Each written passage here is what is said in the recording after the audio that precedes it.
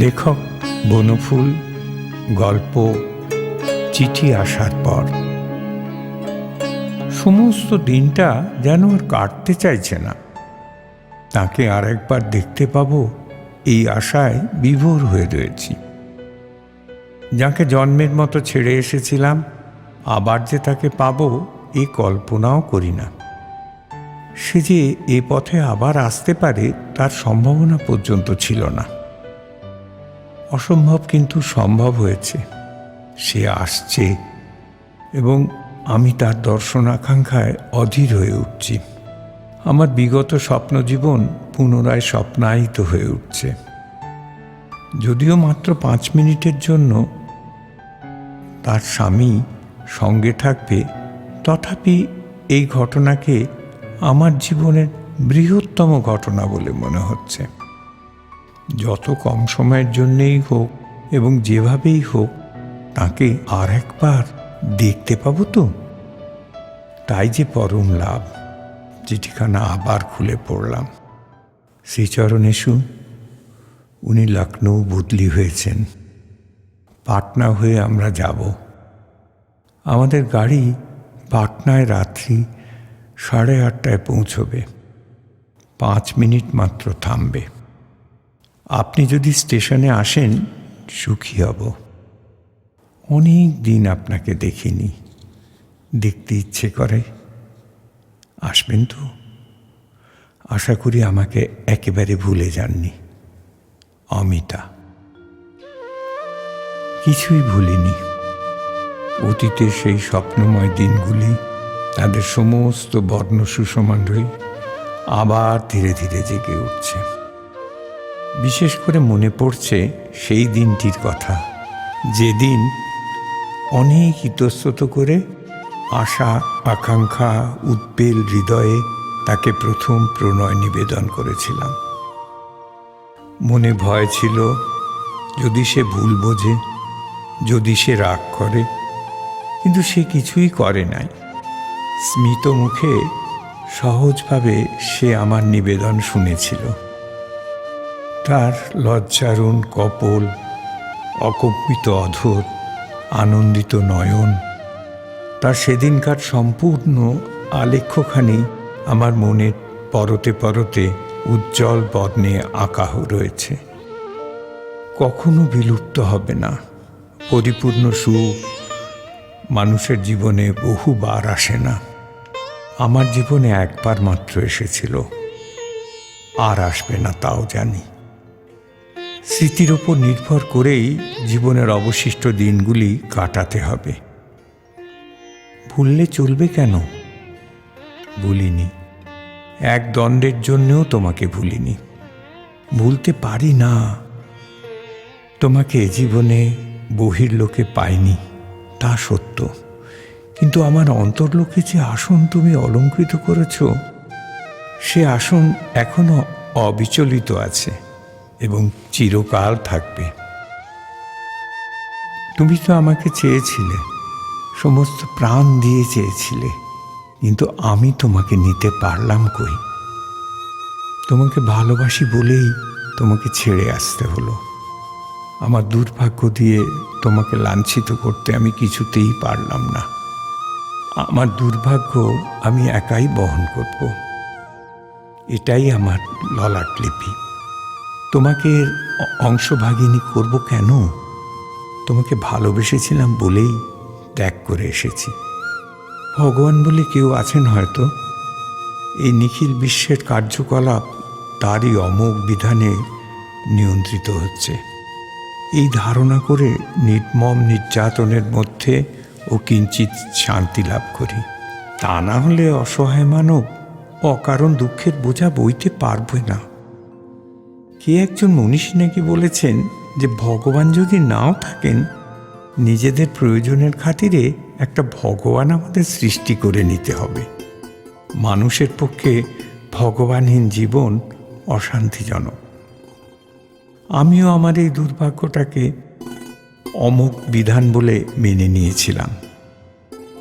নিয়েছিলাম যে যিনি আমার স্বপ্ন সৌধ শীর্ষে নিদারুণ বজ্র নিক্ষেপ করেছিলেন, তৃষিত অধর সমীপবর্তী সুধাপাত্রকে যিনি অপ্রত্যাশিত রূঢ় আঘাতে বিচূর্ণিত করেছিলেন, তিনি করুণাময় পরমেশ্বরী। যা করেছেন তা উচিত বলেই করেছেন। ক্ষুদ্র বুদ্ধি লয়ে আমরা তার বিধানের নিগূঢ় অর্থ বুঝতে পারি না। সুতরাং তার কার্যকলাপের সমালোচনা করতে আমরা যে শুধু অপরাধ তাই নয়, অনধিকারী নিরুপায় মন এই যুক্তি মেনেছিল। অমিতাকে ভালোবেসেছিলাম, অমিতাও আমাকে ভালোবেসেছিল। অমিতার পিতা মাতার আপত্তি ছিল না, আমার দিকে পিতা মাতাই ছিল না, তবু বিবাহ হলো না। সমস্ত যখন ঠিকঠাক, একদিন কাঁচতে কাঁচতে এক ঝলক রক্ত আমার মুখ দিয়ে বের হয়ে পড়ল। জীবাণু তত্ত্ববিদ পরীক্ষা করে বললেন যক্ষ্মার জীবাণু পাওয়া গেছে। সমস্ত শুনে অমিতা কিন্তু আমাকে চেয়েছিল, আমি কিন্তু পারলাম না, বিবেকে বাঁধল। অমিতার অন্যত্র বিবাহ হয়ে গেল। অমিতার মতো পাত্রী পড়ে থাকে না। সুন্দর স্বভাব, সুন্দর চেহারা, সুন্দর শিক্ষা, অমিতার মতো মেয়ে বাংলাদেশে বেশি নেই। আমার চোখে তো আর একটাও পড়ল না। রূপসী শিক্ষিতা মেয়ে হয়তো অনেক আছে, কিন্তু অমন মধুর, অমন স্নিগ্ধ, অমন সুরভিত, সুমিষ্ট স্বভাব তো আর কোথাও দেখলাম না। অমিতার পিতামাতা অমিতার জন্য যে পাত্রটিকে নির্বাচিত করলেন, তিনিও অমিতার উপযুক্ত। বড় বংশের ছেলে, বড় চাকুরি করেন, স্বাস্থ্যবান, সুরূপ, ভদ্রলোক। কোনো দিক দিয়েই খুঁত নেই। আইনত অমিতার সুখে থাকবার কথা, হয়তো সুখেই আছে, কিন্তু কেন জানি না আমার অন্তর্নিবাসী অবুঝ ব্যক্তিটির বিশ্বাস অমিতা সুখে নেই। আমার ধারণা অমিতা আমাকে পেলেই বেশি সুখী হতো। যদিও আমি অমিতার স্বামীর অপেক্ষা সব দিক দিয়েই নিকৃষ্ট, তথাপি মনে হয় অমিতা এখনো মনে মনে আমারই প্রতীক্ষা করছে। অত্যন্ত যুক্তিহীন এই স্বপ্নটিকে অটুট স্বাস্থ্য সত্ত্বেও সে ততটা সুখী নয়, যতটা সুখী সে হতে পারত যদি আমি তাকে বিয়ে করতাম। হয়তো এই আমার অহমিকা, কিন্তু বিশ্বাস করুন, এই অহমিকাটুকুই আশ্রয় করে আমি বেঁচে আছি। সর্বগ্রাসী জলপ্লাবনে সমস্তই ডুবে গেছে, অহমিকার ক্ষুদ্র দ্বীপটুকু শুধু জেগে আছে। অত্যন্ত নিঃসঙ্গভাবে তার ওপর দাঁড়িয়ে আমি বেঁচে আছি। আবার তার চিঠিখানি খুলে পড়লাম। দেখা হলে কি বলবো তাকে? এতদিন পরে দেখা, 5 মিনিটের জন্য। স্টেশনের ভিড়ে 5 মিনিটের মধ্যে কি তাকে বলবো? অথচ বলবার মতো কত কথাই মনের মধ্যে সঞ্চিত হয়ে রয়েছে, কিন্তু মাত্র 5 মিনিটের মধ্যে সমস্ত কথা গুছিয়ে বলবো কেমন করে? হয়তো কিছুই বলা হবে না, হয়তো অতি সাধারণ কুশল প্রশ্নের ভিতর দিয়েই এই অতিকায় 5টি মিনিট অতিবাহিত হয়ে যাবে। জীবনে হয়তো তার সঙ্গে আর দেখাই হবে না। হয়তো সহসা মনে হলো তার স্বামী সঙ্গে থাকবে। আবার পত্রখানা খুলে পড়লাম। সমস্ত দিন বাজারে ঘুরেছি। কলকাতার মিউনিসিপ্যাল মার্কেটের ডালমুট অমিতার বড় প্রিয় বস্তু ছিল। নানা স্থানে ঘুরেও ঠিক সেরকম ডালমুট জোগাড় করতে পারলাম না।